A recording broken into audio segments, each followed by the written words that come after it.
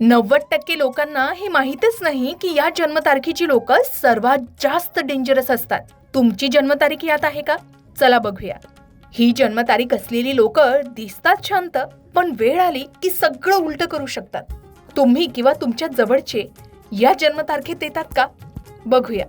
अंकशास्त्र आणि अध्यात्माच्या दृष्टिकोनातून काही विशिष्ट जन्मतारखांचे किंवा अंकांची लोक घातक किंवा अत्यंत प्रभावशाली मानले जातात. आता घातक या शब्दाचा अर्थ नकारात्मकतेपेक्षा त्यांची तीव्र ऊर्जा, स्पष्ट वक्तेपणा किंवा कठोर निर्णय क्षमता असा घेतला जाऊ शकतो.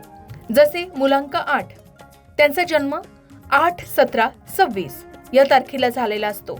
अंकशास्त्रात 8 हा अंक शनीचा मानला जातो. शनी हा न्यायाचा आणि कर्माचा देवता आहे. आता हा घातक का मानला जातो? तर या लोकांचे आयुष्य संघर्षाने भरलेले असते. जर त्यांच्याशी कोणी अन्याय केला तर ते सहजासहजी सोडत नाहीत. त्यांचा राग शांत असतो पण अत्यंत खोल असतो. ही लोक अध्यात्मात खूप उंची गाठू शकतात, पण त्यांचा मार्ग कठीण असतो. त्यांना कर्माचा सिद्धांत लवकर समजतो. ही लोक स्वभावाने अत्यंत शिस्तप्रिय आणि जिद्दी असतात.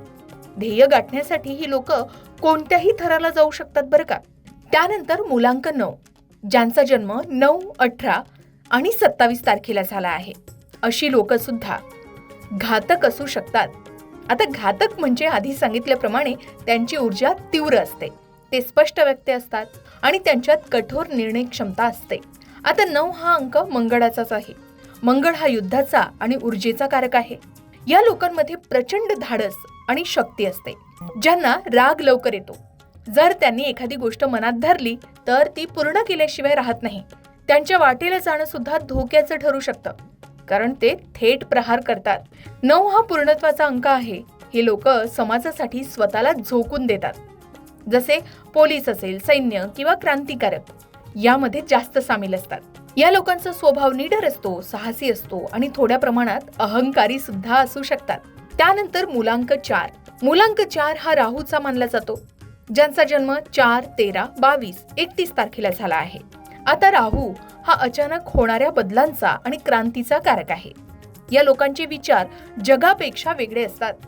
ते प्रस्थापित नियम मोडण्यात माहिर असतात. आता 13 ही तारीख तर अनेक संस्कृतींमध्ये गूढ मानली जाते, म्हणजेच रहस्यमय. त्यांच्या बुद्धीचा अंदाज लावणं हे कोणालाही शक्य नसतं. त्यांच्यामध्ये गूढ विद्या असते आणि तंत्रमंत्रात या लोकांची ओढ जास्त असते. ही लोक स्वभावाने विद्रोही असतात, संशोधक वृत्तीचे असतात आणि अचानक निर्णय घेणारे असतात. त्यानंतर मुलांक 1, ज्यांचा जन्म 1, 10, 19 आणि 28 तारखेला झाला आहे. अशा व्यक्ती, कारण 1 हा अंक सूर्याचा आहे. सूर्य हा राजा आहे. वर्चस्व गाजवण्याची वृत्ती यांच्यामध्ये असते, म्हणून या घातक मानल्या जातात.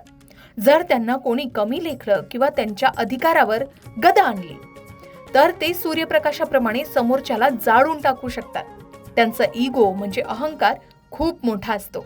ही लोक आत्मज्ञान आणि नेतृत्वाचे धडे देणारे आध्यात्मिक गुरु देखील बनू शकतात.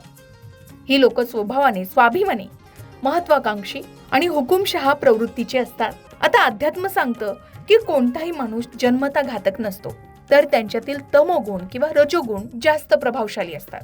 मग मुलांक 1, मुलांक 4, मुलांक 9 आणि मुलांक 8 असलेल्या व्यक्ती जास्त प्रमाणात घातक असू शकतात. मात्र नकारात्मकतेपेक्षा त्यांची तीव्र ऊर्जा, स्पष्ट व्यक्तीपणा आणि कठोर निर्णय क्षमता या उद्देशाने ती घातक असू शकतात.